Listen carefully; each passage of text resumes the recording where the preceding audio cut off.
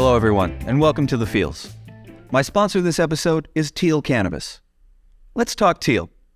Teal pre-rolls are made with whole bud sourced from top Missouri cultivators, triple sifted to eliminate stems and individually weighed.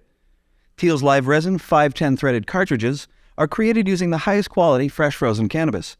Their liquid live resin oil is made with extremely low temperatures that result in a flavorful, full-spectrum cartridge. Teal's live resin carts are fire in, fire out. Cryogenic extraction creates a live concentrate that's beautiful in color, consistent in texture, potent in cannabinoids, and abundant in terpenes. Teal Cannabis, experts in elevation. My guest today is the owner of the Kathmandu Clinic in Kirkwood, Missouri, Dr. Pratistha Strong. Doc, thank you so much for being on the show today. I really appreciate this. Thanks for having me. You are very welcome. It took me a while to get here, but... Good things take time. Right. Let's dive in. Dr. Strong, you are a DO, Doctor of Osteopathic Medicine. How does that differ from an MD? So osteopathy versus allopathy or allopathic medicine is different in a few ways. An osteopathic physician thinks about the whole body, mind, body, and spirit. And as an osteopathic physician, we believe philosophically that the body has a way of healing itself. And so there's all these tenets of osteopathic medicine that we learn through medical school. Educationally, actually, I feel we're a little bit more superior. We learn a lot more anatomy. We actually get a lot more hands-on on our first day in med school. And we take those tenets to actually each and every person, each and every patient as we go. I think the reason why I got drawn to osteopathic medicine is because of my traditional Ayurvedic medicine roots of family and culture and tradition. Ayurvedic, that's plant-based medicine. Plant-based medicine. So Ayurvedic medicine, very similar to osteopathic medicine. Osteopathy actually was made in Missouri. I think it's A.T. Still was an MD that came to Missouri in Kirksville. And a lot of people in St. Louis, this area, they actually don't know about that osteopathic medicine was made in Missouri. But it's actually an American degree. And so in the 1800s, he started these schools, and those kind of branched off into a lot of chiropractic medicine, a lot of the graduates. So in St. Louis, there's a lot more chiropractic-based studies and practices. But osteopathy is very similar in Ayurvedic medicine because Ayurvedic medicine looks at the whole body as a person and how the person can heal. And it's been around for thousands of years. Now, Ayurvedic medicine is largely plant-based. Is that what attracted you to cannabis? So cannabis, in Ayurvedic medicine, cannabis has been one of many plants in the pharmacopoeia, right, for thousands of years. And it's just one of many. And so it's only natural for me to actually just accept it. I mean, traditionally, my grandfather would walk, to a Vaidya, who is an Ayurvedic physician, get treated, and there would be a prescriptive medicinal dose of, so many plants, so many this, so many that's, and cannabis was a part of it. And he would go to the cannabis shop and actually go get that. What form did the medicine take in Nepal? So there many forms, right? When it was a pediatric dose, sometimes it'd be just pellets that they would take and grind up with. Are we talking charas? No, because that's too strong. It would be full, I think, more flower and leaf base. Okay. And that would be put together in a, let's say, an almond nut paste, and then that would be ground with maybe a little bit of honey to make it a little bit more palatable, or milk, and mixed together in a spoon and taken orally. For a child. What about someone that's older? So as somebody that's older, it would be maybe charas. So charas is the resin, the live resin, which is the difference between hashish and charas is that charas is a live resin that's taken off the plant, whereas hashish is a dead resin that's beaten down from a dead plant. So with charas, do they harvest it and then immediately get to work to preserve the noids and terpenes in it? Yes. So children actually go, and children, it's very easy for children to kind of go through the cannabis fields and families and everybody will kind of go through and get their hands through live plant. Literally dirty. Yep, and roll it and roll it and roll it and roll it and roll it, and that's how they get the live resin, and that's becomes a like a traditional way of keeping the plant during the winter months because the plant's not alive. Do you summer incorporate cannabis in your own routine? So myself, we just, in our Hindu religion, we just had Shivaratri, Maha Shivaratri. And Maha Shivaratri, it usually follows around the winter equinox, like around that time frame. And it's celebrated, and it's actually given to Hindu people. And that's really like a great time to consume cannabis in the traditional form. And that's kind of my favorite form, actually. I don't know if you've ever had bhang before. Have you ever had bhang? So bhang is... Oh, bhang. I read about it in India when they have the Holi festival. So they'll do it in Holi, but they'll also do it in Maha Shivaratri, right? Maha Shivaratri is a celebration of the end of winter, new beginnings. Shiva is a great destroyer, and he rebuilds. And so when one consumes cannabis, one kind of gets enlightens into that energy with him and becomes in that whole collective. And it's a beautiful thing when you kind of think that all these people are doing the same thing you are, and you can tap into that energy. And that we're all interconnected in that way. Exactly.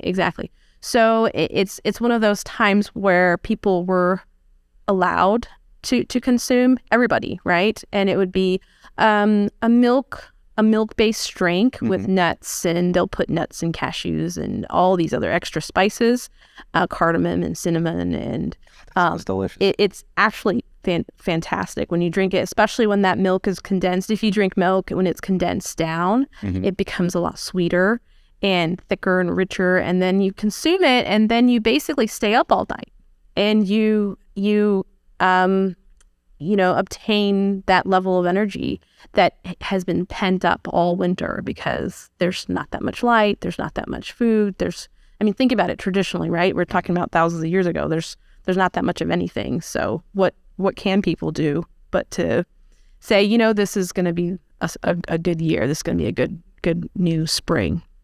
So that, to me, that I feel like is a traditional way, and it's also a really practical way to consume cannabis, because I actually put in turmeric in there, and it becomes a really great anti-inflammatory drink in the evening. Very relaxing. I also put some other herbs in there to kind of calm myself down. But I don't, it's one of those like special moments. So it's not regular consumption for you? No, not regular consumption for me. If I were to, I wouldn't be as productive. Well, I'd be actually, I'll take that back. I would be productive in my creativity and my poetry, not so productive in your practice. In the practice. So I could be a poet.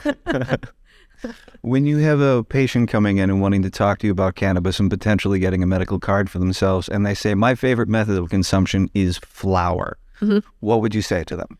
Flower is great. Flower you can see, you can touch. It hasn't been altered. I don't like a lot of the alterations that cannabis has kind of gone down the rabbit hole with. It's in its true form.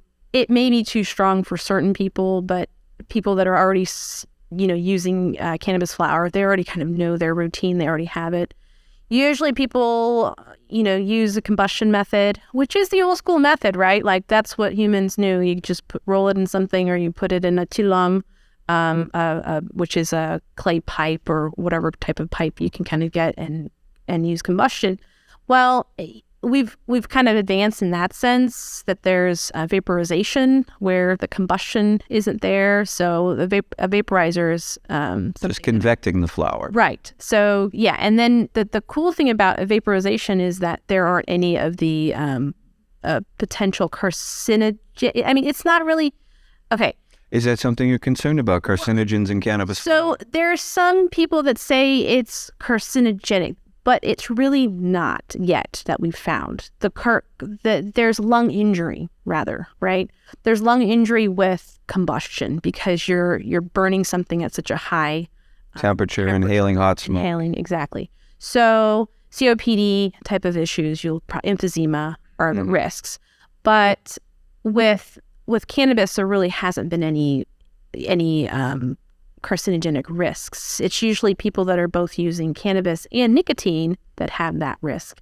And so for me, whenever somebody's saying, I roll up a joint and do that, and like I always say, have you tried a vaporizer? Have you ever tried that? It's cleaner. And the other part of combustion is it stinks on clothes, right? It gets on you and your surroundings and things like that. Where vaporization temporarily can kind of linger a little bit, but it will dissipate very, very quickly. So when people have, other spouses or family members that don't like it, they can easily turn a vent on and use a vaporization. And I've got a patient that her husband's a pilot and he can't have anything on him, right? Like, because he's super worried about drug testing. So that's an example. She can go in somewhere in the basement, turn the fan on, do it, and then kind of come out not smelling very much.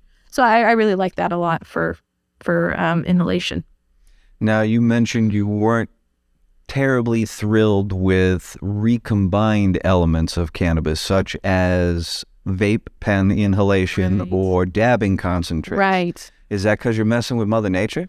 I don't like it. Yeah. And to me, if you really want plant-based, just talk to the plant. The plant's got it all. The reason why is that whenever, there have been studies about specific isolates, and they, the pharmaceutical industry will try to find an isolate, and that's for any plant, right? They'll find an isolate and they'll say, hey, maybe this is something, and they'll go to the lab and they'll give it on rats or whatever, so on and so forth. Look at the toxicity of these things.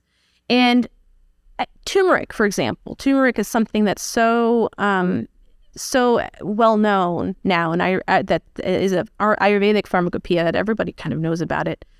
It is an example of where you get the specific curcumin extract. It's not as superior as the actual root or the pulverized root. There is something to nature and how components are put together, and how we have a relationship with these plants, and how we've cultivated them, and they've actually cultivated us to a symbiotic relationship. And once you start meddling with isolates and extracts and start doing all these things, it becomes there are consequences. We don't know the consequences yet, because I think the cannabis industry, the United States has finally greenlit the green wave, right? So the cannabis industry in the industrialized sense is new.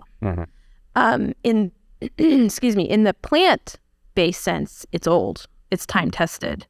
And so to me, it's like, why mess with that? What would you say is a good starting dose of cannabis for someone? So I call these this is coming from a old school, it's like this book that I would read when I was in med school. It's like the LOL and NAD. It's the little old lady in no acute distress. It's, the little grandma that comes in. It's usually who's coming in.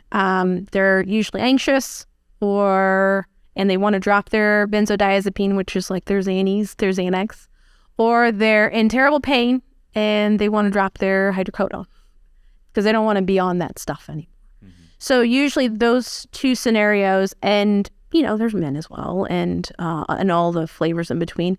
I usually start people like that at an edible dose at about 2.5 milligrams. They usually have other medications going on, and so that additive effect between maybe an opiate and the cannabis, or benzodiazepine and the cannabis, or all three of them, can make fall risks for elderly. So that's usually who I'm thinking of. That's usually who kind of comes see me. Are there any concerns, though, with combining both medications, cannabis and pharmaceuticals? So there are concerns. You don't want to just do it willy-nilly and try to, you'll end up either withdrawing, like with having withdrawal reactions from the benzodiazepine, which is deadly, or really having a horrible withdrawal reaction from the opiates if you're stepping down too fast. So you kind of want to, I like to gradually titrate people down if that's what their goals are. It depends on their goals. If it's something like, look, like I just don't want to be on so many pills and I want something else to just kind of help me to sleep and not have so much joint pain in the middle of the night, or I don't want to take my breakthrough pain meds and I can just try to just do this, then it's usually like 2.5 milligrams of a good full spectrum edible. If they're super anxious, we try to decrease that THC and increase the CBD component. If they're in a lot of pain, I tell them to do both, like a 1-to-1, so that they can actually go to bed and just stay asleep.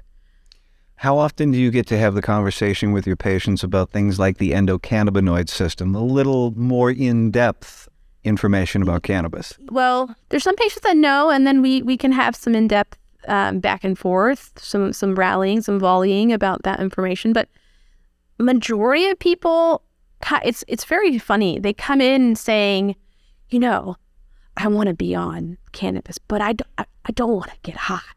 I don't want to smoke that stuff.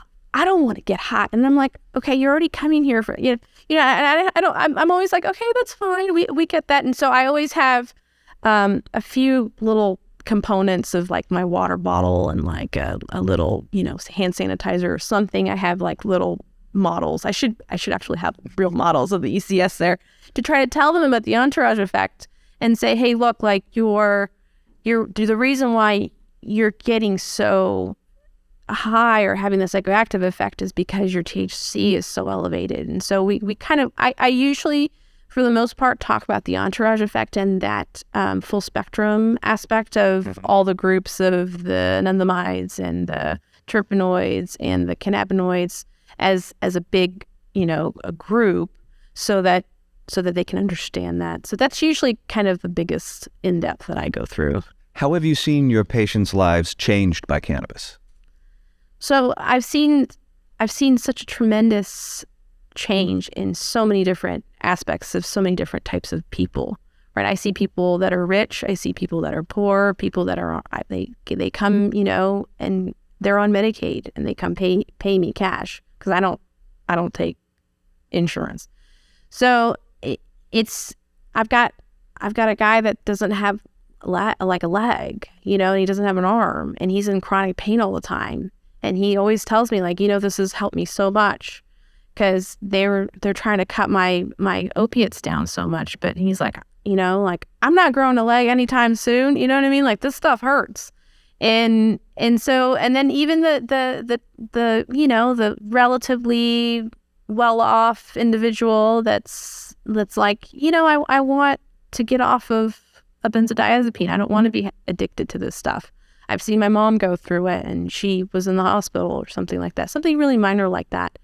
And then there's other people that have gobs and gobs and gobs of medication that are looking for relief because they've gone through the gamut of allopathic medicine and all they've done is become prescribed and prescribed and prescribed and prescribed. And we do something so small as like a CBD because they're so scared that their pain management doctor is going to drop them for having any THC in their urine. And I usually tell them, look, do a topical. You're not going to get that much absorption. You're not going to become positive for urine drug tests, although you can, but you know what I mean? The risk is really low. And they're like, oh my goodness, like I just did this topical and I can actually walk around. You know what I mean? Like, so it's just like these little minor little things that are just so wonderful to see with patients. What are some other good methods of consumption or use of cannabis outside of smoking that you might recommend to one of your patients? Right. So I was just saying topicals, right? Topicals are wonderful, especially for people that have a whole list of medications and they don't want drug interactions with. And the products now, I'm getting happy with the products at the dispensaries.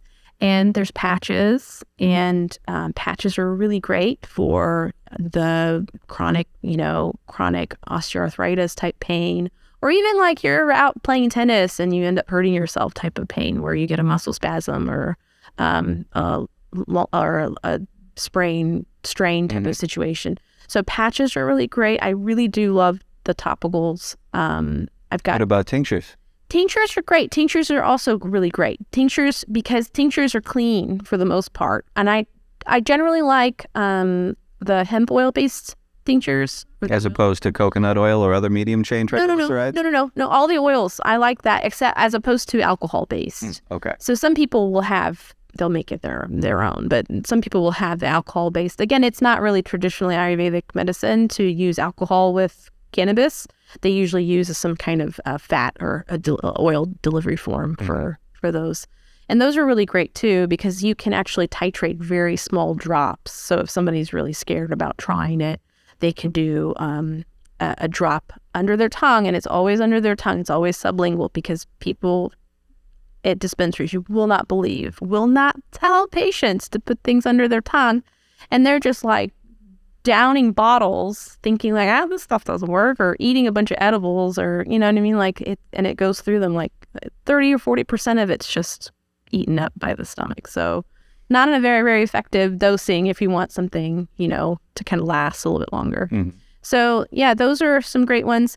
The edibles, I'm still not really happy with the edibles. I think the edibles really need to get elevated a little bit more. As far as percentage per piece? No, as far as the ingredients of what's in the edible. Like, I know they're mostly sugar-based. I've been pushing for savory options ever since we went live with medical in 2020. Absolutely. I mean, it's just sugar and it's not even just like, it's not even just, organic pure cane sugar. It's just junk. It's just like a gummy. It's junk. I mean, it's junk. I'm just going to say it right out. It's junk. So if you could tell some of these people out there who are making these products, what would you tell them? What kind of ingredients should they use? So, I mean, traditionally, it was in a fat-based, milk-based. So it would be in like almost like a fudge of milk. Like, I don't know how you translate that. A fudge of milk? A fudge of milk. How do you say it in Nepalese? Kua. So it's milk that is cooked and cooked and cooked and cooked and cooked and cooked and cooked until it's solid, and it's delicious. So it's just absolutely delicious. So that is taken in, and it's then put in with nuts and spices, and those aren't just for flavor. It's actually anti-inflammatory. And those are put in together with the cannabis to make these little edibles. That's kind of like the more traditional way, and they're just really good ingredients. They'd be really expensive, but that would be, if you're going to do it, that's the way to do it. And really, chocolate, it's cool. I like chocolate. I like 99%, chocolate, but the majority of sorry Americans don't really eat good chocolate. Like, they just like the sugar part of it. So usually the chocolates don't have the high antioxidant percentages that are beneficial for the whole point of the chocolate. And actually, chocolate is a stimulatory edible. Chocolate actually has theobromine in it that causes you to kind of get a little zinger, right? A little chocolate buzz. So it's an actual stimulant. And putting that, I mean, it's fine to do with something if you find a strain that is for a daytime use, but not really for evening. Like, that's not, you're going to get reflux, you're going to not sleep, you're going to be crabby, and you're going to be like, this crap didn't work. Do you put much stock or faith in the indica sativa hybrid paradigm? Yeah, so, there's a lot of debate, right? Like, there's a lot of debate, like, oh, it's not even a thing anymore. It's all become hybridized, so it's like more of like how it feels than what the indica sativa is in general. I think there are some, hardcore heirloom growers out there that have traditional sativas and traditional indicas. I mean, I don't know where they are. They're there. I know they're there. I know people have seed banks for this kind of stuff, right? I think if we could get those back, that would be great, because there's some benefits to those. But a lot of, I think, the mainstream, from what I've read, and you can tell me if I'm wrong, from what I've read and what I kind of look at, they're a lot hybridized. The majority of them are hybridized. That's really what we tell people at the dispensary, but there's been so much breeding throughout the generations because of prohibition, getting the biggest bang for your buck. Right. Everything's essentially a hybrid right now. Right. right? So then you just kind of go on characterization, kind of idiosyncrasies of the strain, right? But I'm telling you, there's probably some hardcore heirloom growers out there that have the real deal. And, you really got to go, you really have to travel. You really have to travel back to the East to get those things. What's your take on synthetic cannabinoids like Delta-8 and Delta-10? So the synthetics, I mean, I think they have their place if somebody really has, if they have a bad reaction to, it's usually people that are kind of out in the sticks that really don't have a lot of options, and they have gravitated already to it, and they've already found it somewhere in some gas station or something, and they're like, oh, this really works for me. I'm usually like, well, can we get a better tested one? And, something that's a little bit cleaner ingredients, because they're not really that great ingredients, but they do work. They have their place. So I'm not necessarily against them, but I like the full spectrum stuff better. I just do. I mean, it's just, if you can get something that's a higher percentage of it, in an oil form, right? Like a higher percentage of the Delta-8 or Delta-8s, and it's already like in a full spectrum oil form. That's just kind of where I go. That's going to do it for another episode of The Fields. Many thanks to our guest, the owner, operator, and physician of the Kathmandu Clinic in Kirkwood, Missouri, Dr. Pratistha Strong.